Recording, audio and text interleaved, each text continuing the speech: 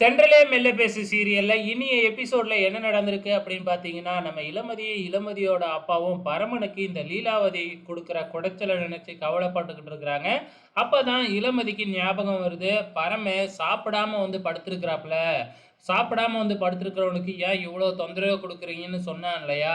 அப்பனா அவன் சாப்பிடலல்ல, அவனுக்காக நான் சமைக்க போறேன் அப்படின்னு போயி இளமதி பரமனுக்காக ஸ்பெஷலா சமைச்சுக்கிட்டு இருக்கிறாங்க அந்த நைட் டைம்ல. இதெல்லாம் நடந்துகிட்டு இருக்கிறப்ப, இந்த ரிஷியும், சண்முகமும் செட் பண்ண ஆளு அப்படியே உள்ளார பூந்தர்றாப்ல. அப்படியே தயங்கி தயங்கி உள்ளார வராப்ல. அதுக்குள்ள இளமதி சமைச்சுட்டு வந்து பார்த்தா, பரமன் நல்லா தூங்கிக்கிட்டு இருக்கிறாப்ல. ஸோ இளமதி வர்றத பார்த்துட்டு அந்த ஆளு போய் ஒளிஞ்சுக்கிறாப்ல. அதுக்கப்புறம் இளமதி போயிட்டு திரும்பி பின்னாடியே லீலாவதியோட பொண்ணு வந்து பரமன பார்த்தா, பரமனுக்கு கட்டிலெல்லாம் போட்டு படுக்க வச்சிருக்காங்களே அப்படின்னு கடுப்புல திருப்பியும் போறாங்க. ஸோ இவங்கலாம் போனதுக்கு அப்புறம் வந்து பார்த்தீங்கன்னா, அந்த ஆளு திருடிக்கிட்டு வந்த நகைய எல்லாமே பரமனோட ரூம்ல அங்கங்க ஒவ்வொரு இடத்துலயும் நகைய செட் பண்ணிட்டு, ஃபைனலா ஒரு நகைய பரமன் கட்டிலுக்கு அடியிலேயே வைப்போம் அப்படின்னு தலாணிய தூக்கிட்டு வைக்க போறப்ப, கரெக்ட்டா நம்ம பரமன் புடிச்சிடுறாப்ல. புடிச்சதுக்கு அப்புறம் வந்து பார்த்தீங்கன்னா, 2 சாத்து சாத்துன உடனே வலுப்பு வந்துருச்சு. ஸோ கத்துனதுல வந்து பார்த்தீங்கன்னா, நம்ம இளமதியும் அங்க வந்துடுறாங்க. அதுக்கப்புறம் இரும்ப கையில குடுத்து எப்படியோ வலுப்ப நிப்பாட்டிடுறாங்க. அதுக்கப்புறம் "நீ யார்றா? எதுக்குடா இங்க வந்த?" அப்படின்னு சொல்லி இளமதி கேட்க, நம்ம ரிஷிக்கு புரிஞ்சிடுச்சு. இவன் அந்த நம்ம பரமனுக்கு புரிஞ்சிடுச்சு.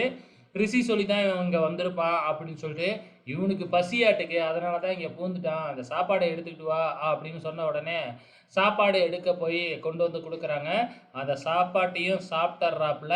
அதுக்கப்புறம் வந்து, "நீ எதுக்காக? எப்படி இங்க வந்த?" அப்படின்னு சொல்லி கேட்கும்போது, "எனக்கு பசிச்சுது. அதனால தான் இங்க வந்தேன்." அப்படின்னு ரிஷி சொன்ன மாதிரியே அந்த திருடனும் சொல்லிக்கிட்டு இருக்கிறாப்புல.